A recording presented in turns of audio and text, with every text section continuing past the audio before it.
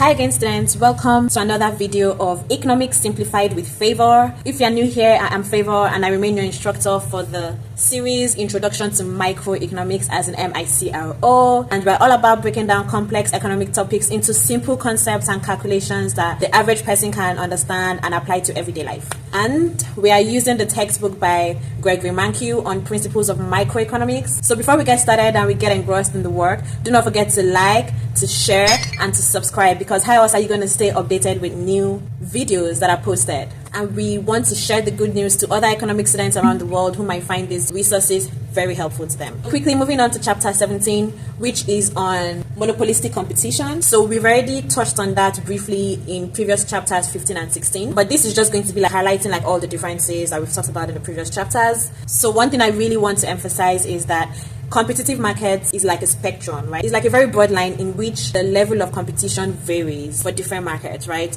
So on one extreme, we have the perfect competition, which is the theoretical market, the ideal market that doesn't really exist in real life, that just tells us, you know what, many buyers, many sellers, all the sellers are selling the exact same goods and services and selling at the exact same price that is determined by the market, right? So because of that, you have free entry and free exit. No one seller can influence the market price or quantity. So there is absolutely no market power because the price is exactly the same for each of the identical goods and services. Then your price is equal to your marginal revenue, which is equal to your average revenue, and then you end up just having like a straight horizontal line for the price. And the best example we could come up with is like water that isn't branded. Like back in the 19th, 18th century, where there was no like different brands of water, then just one water that is produced for the whole community, then that would be like a perfect example. On the other extreme of the perfect competition, we have the monopoly. You still have many buyers but just one seller, right?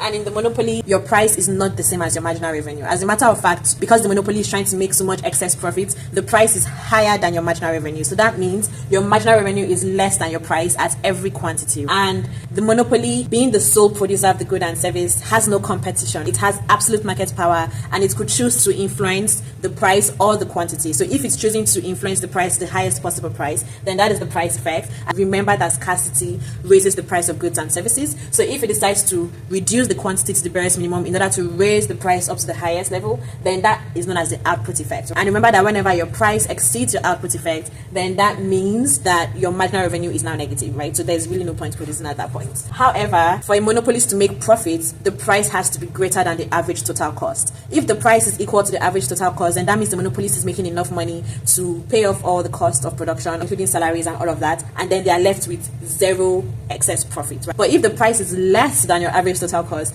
then that is already a loss, an economic loss, which might be an accounting profit, but an economic loss. And there is also something called price discrimination, which the monopolists do in order to get more profits than even at just charging one price. So they segment different consumers based on their willingness to pay, right? So you have the children, you have the seniors, you have different categories of people, the first class, the middle class, the economic class, all of those categories for different goods and services, and that makes them to make even higher profits. Now there's also something called monopsony. If monopoly means one seller, what does monopsony mean?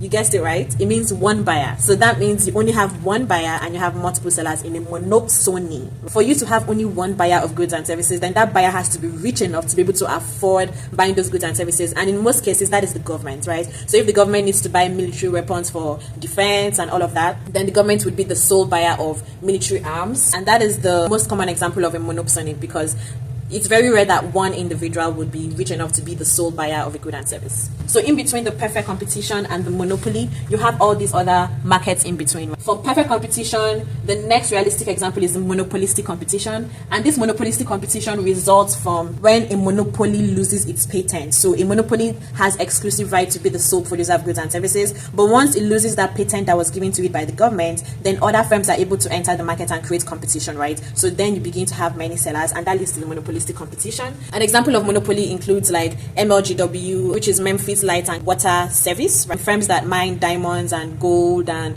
oil. Examples of monopolistic competition would include things like the clothes that I'm wearing, right? So for instance, clothes are pretty much the same, but they just have different brands. Then you have slightly different prices according to the different brands, right? Shoes as well, like for instance, you have Nike, you have Jordans, you have like just regular non-brand shoes, right? So all of these are examples of monopolistic competition where you have similar goods, but they are slightly differentiated based on the brand, and based on that, it's close enough but not exactly the same, such that the consumers are able to switch between alternatives. They have close substitutes to switch between. Right? You see, the profit maximizing output condition is when your marginal revenue is equal to your marginal cost. So your price might be slightly greater than or equal to this level for a monopolistic competition, again depending on the brands. In a monopolistic competition, for the most part, they are price takers, right, where the price fluctuates around the same level. They are not as profit seeking as the monopolists. Let's take water. So if you go to Walmart, you see different brands of water, right, but the difference in the price is just like a couple of cents, something like that, right? So the price differentiation is not much for a monopolistic competition. And of course, there's free entry and exit because it's relatively cheap to enter the market, since the cost of production is not as high, and still no market power. So like no one seller can control the market, right? But in a monopolistic competition, there's a tendency to produce at the less than efficient quantity, just like a monopoly, but not to the same degree. The next level would be oligopoly, and the oligopoly simply means you have few sellers. Popular examples would include airline services. So for instance, in America, we have Delta Airline, United Airlines, American Airlines, Southwest, still about 4 or 5 airlines that we have in America. So these few sellers could decide to collude, as in collaborate and control the market, or they would have like similar practices in between themselves in order to still gain the market retention and control the market. Another example of oligopoly is like express delivery services. So for instance, when you want to deliver packages within the US or outside the US, you have the UPS, you have the United States Postal Services, you have the FedEx and the like. So there are very few delivery services that are reliable. So laptops or phone brands are good examples. So you have HP, you have Dell, you have Lenovo, you have Asus, you have Acer, and also phone brands. You have Infinix, Motorola, Samsung, iPhone. So there are different phone brands that have dominated the market over time as well. And there's also cigarettes. So it's usually just few companies per state or per city or per country that actually produce cigarettes. Banks would be a good example because you can only have a few number of banks in any like state or country. These are examples of oligopoly. On the other flip end, there's what we call oligopsony. So remember, oligopoly means few sellers. So therefore, oligopsony means few buyers, right? So few buyers of goods and services. So these few buyers mostly has to do with buying raw materials of goods and services. That would include big companies that are able to afford the cost of buying these raw materials. If you want to say Target, even pharmaceutical companies that are big enough to be able to buy certain machineries and technology that is necessary for the hospital space. Another extreme would be the duopoly. So duopoly now means two sellers. A popular example is Android and iPhone. So it's either you're using a form of Android or you're using an iPhone, or even when you talk about Google Drive, it's either you use Google Drive or you are using Outlook Drive. You can use a Visa card or you can use a MasterCard. Duopoly is the closest form to monopoly because if you have only two sellers, then that tells you that they can really dominate the market and they can work together to ensure that domination. Then on the flip end is also what we know as duopsony. So duopsony means two buyers. Remember, when it comes to buying, you have to be rich enough to be able to buy those goods and services or buy the raw materials for the goods and services. So a good example of duopsony would be like Walmart and Kroger. So Walmart and Kroger are like